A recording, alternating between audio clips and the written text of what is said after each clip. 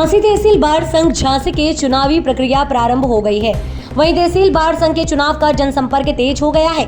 पुरानी तहसील में अधिवक्ताओं ने किया जनसंपर्क, 70 अधिवक्ता करेंगे मतदान। वहीं अध्यक्ष पद पर पंकज पराशर एडवोकेट ने दावेदारी पेश करते हुए पर्चा दाखिल किया। 17 पदों के लिए 19 अक्टूबर को मतदान होगा। 11 अक्टूबर को नाम वापसी हुई, जिसको लेकर एल्डर कमेटी के नेतृत्व में पर्चा दाखिल की प्रक्रिया अपनाई गई। वहीं पंकज पराशर ने बताया कि अब अधिवक्ताओं का उत्पीड़न बर्दाश्त नहीं होगा। वहीं उन्होंने बताया कि तहसील में अधिवक्ता भवन नहीं है। चुनाव जीतते ही सबसे पहले अधिवक्ता भवन का निर्माण करना पहली प्राथमिकता रहेगी। वहीं अध्यक्ष पद के दावेदार पंकज पराशर ने बताया गया, अधिवक्ताओं की जो भी समस्याएं होंगी उन समस्याओं का समाधान जल्द से जल्द किया जाएगा। हर अधिवक्ता हमारे परिवार का सदस्य है, परिवार के सदस्य के लिए मैं हमेशा खड़ा रहूंगा। वहीं उन्होंने जानकारी देते हुए बताया कि अधिवक्ताओं से जनसंपर्क के दौरान अधिवक्ताओं का भरपूर प्यार और सहयोग मिल रहा है।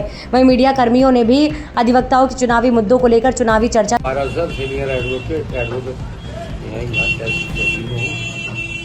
तहसील में आगामी कौन से चुनाव को लेकर प्रत्याशी के रूप में? बार संघ का हमारे यहाँ चुनाव हो रहा है, अधिवक्ता संघ का, तो उसमें मैं प्रेसिडेंट के लिए खड़ा हुआ हूँ।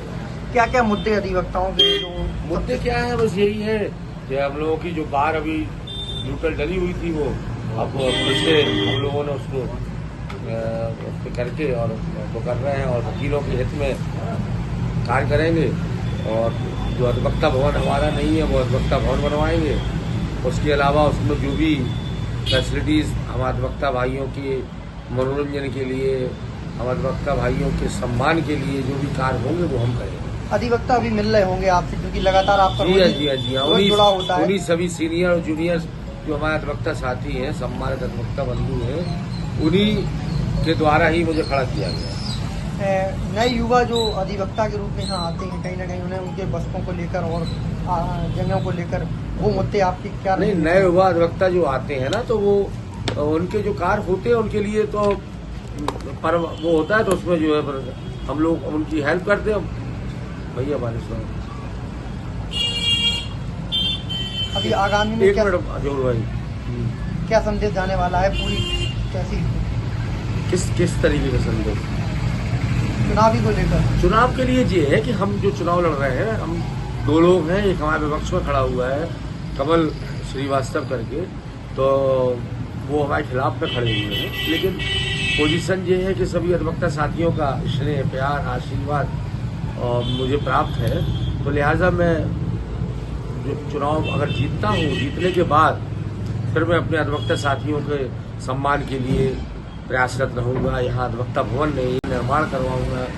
इसके अलावा अधिवक्ता भवन में जो भी जैसे कि चेयर वगैरह है या LCD है या फ्रिज वगैरह है, वो सब सारी व्यवस्थाएं करेंगे। अभी आप अधिवक्ताओं से रूबरू हो रहे होंगे, तो अधिवक्ताओं को कितना प्रेम स्नेह आपको? नहीं, पूरा 90 के 95% अधिवक्ता साथी हमारे साथ। और यदि आप चुनाव जीतते हैं तो सबसे पहले क्या काम होगा जो पहला नहीं, प्राथमिकता तो ये है कि यहाँ पर कुछ जैसे कि हम लोगों की बार भवन नहीं है, तो वो सबसे पहली प्राथमिकता ये है कि माननीय जिलाधिकारी महोदय से मिलकर के इस तहसील प्रांगण में बार भवन का हमें वो कराना है निर्माण। इसके अलावा उस बार भवन में जो भी सामान वगैरह रखे जाते हैं, कुछ चेयर वगैरह है, वो मैं आपको वो पहले ही बता चुका हूँ, उन सबको मैं अपनी तरफ से रखवाऊंगा जी। तो ये हो गया।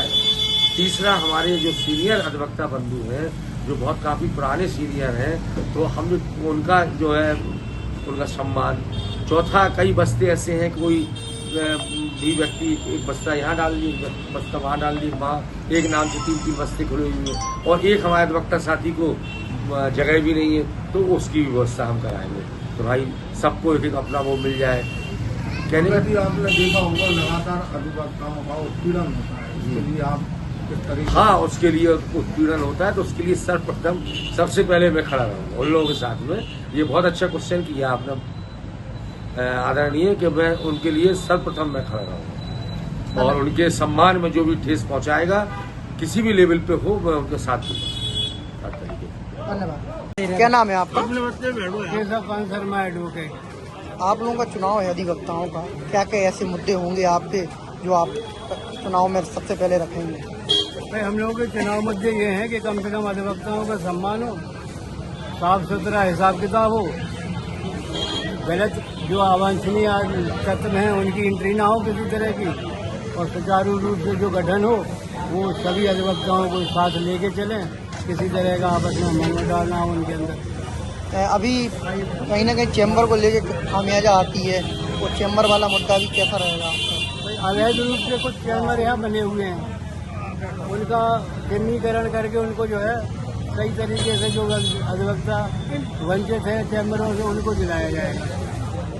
अभी अधिवक्ता के रूप में आपको कौन सा चेहरा दिख रहा है कि कहीं ना कहीं आपका पहुंच सकेगा अभी नहीं वर्तमान में? भाई अधिवक्ता के रूप में आपका जो है अध्यक्ष पद पर लड़ रहे हैं आपका पंकज पाराशर जी, तो वही इस समय सशक्त प्रत्याशी हैं अध्यक्ष पद के लिए। और ऐसे कोई कहना चाहेंगे जो मुद्दे मीडिया के माध्यम से जनहित में जाएं? जनहित में तो ये है कि यहाँ प्रॉपर जो है रजिस्ट्री वर्ग हैगा, तो उस हिसाब से यहाँ सही तरीके से व्यवस्था हो, लाखों रुपए का लेन देन होता है, उसके लिए सुचारू व्यवस्था की जाए, मूत्रालय वगैरह की समस्या इसको देखा जाए और प्रॉपर तरीके से यहाँ पे जो है कार्य किया जाए। क्या नाम है आपका? रामेश्वर प्रसाद राजपूत, एडवोकेट, अध्यक्ष एल्डर्स कमेटी, तहसील बार संघ झांसी। तहसील बार संघ के चुनाव चल रहे हैं, एल्डर्स कमेटी को किस तरीके से चुनाव की तैयारियां हो रही हैं? तहसील बार संघ का जो है चुनाव का नामांकन प्रक्रिया पूरी हो चुकी है, जो 10 तारीख को हुई, 10/10/24 को, और अब जो है मतदान जो है 19/10/2024 को है, 10 बजे से 4 बजे तक, और मतदान के बाद 4 बजे के बाद मतगणना उसी दिन होगी। चुनाव को लेकर पूरी तैयारियां होंगी? हाँ, हो गई। कितने प्रत्याशी मैदान में अध्यक्ष पद के लिए उतरे हैं?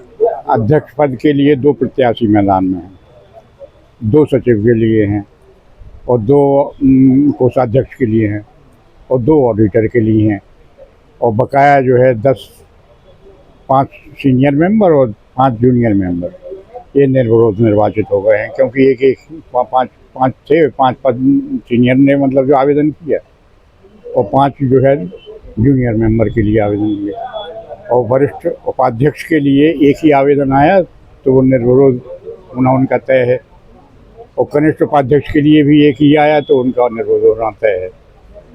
ऑडिटर के लिए 2। इसके लिए किस तरीके से रूपरेखा बनाई गई कि किसी चीज का विरोध मतभेद ना हो, निष्पक्ष चुनाव हो, इसके लिए हम एल्डर्स कमेटी में 5 लोग हैं, 4 हमारे सहयोगी वकील हैं, और एक मैं हूँ। 5 हम लोगों की कमेटी है, और 5 मतदान संपन्न कराएंगे, और निष्पक्ष रूप से होगा। उसमें कहीं किसी प्रकार की हर तरह की तैयारी है, और थाना अध्यक्ष को भी हमने सूचित कर दिया है जरिएदार कि भैया उस दिन व्यवस्था हमें जो है सुरक्षा व्यवस्था दी जाए। मतदान की हर तरह की तैयारी 19 तारीख के लिए हम लोग तैयार कराने। अधिवक्ताओं के लिए क्या संदेश देना? यही शांतिपूर्ण मतदान करें, और मतलब जो है जिसे आप चाहते हैं, जिस पद पर चाहते हैं, जिसे चाहते हैं, उन्हें अपना मत प्रदान करें, और बड़े शांतिपूर्ण ढंग से प्रक्रिया पूरी हो। चुनाव है आगामी, उसको लेकर क्या कहना चाहिए?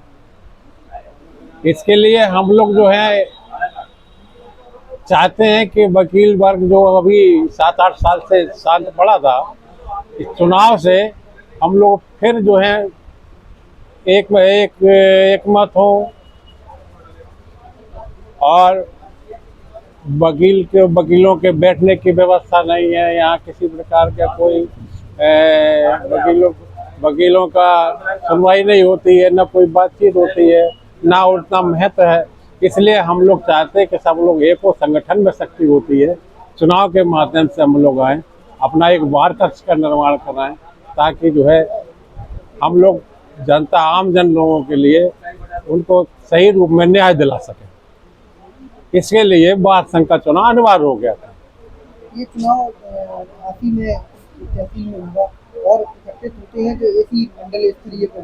नहीं, हमारे यहाँ तहसील में चुनाव जो है तहसीलवार होता है, और तहसील में ये चुनाव करीब जो है कब से शुरू होगा? तो हमारे ख्याल हम करीब 6-7 चुनाव करा चुके हैं और इस कितने मतदान यहाँ इकट्ठा हो जाते हैं? यहाँ 70 मतदाता है हमारे। 70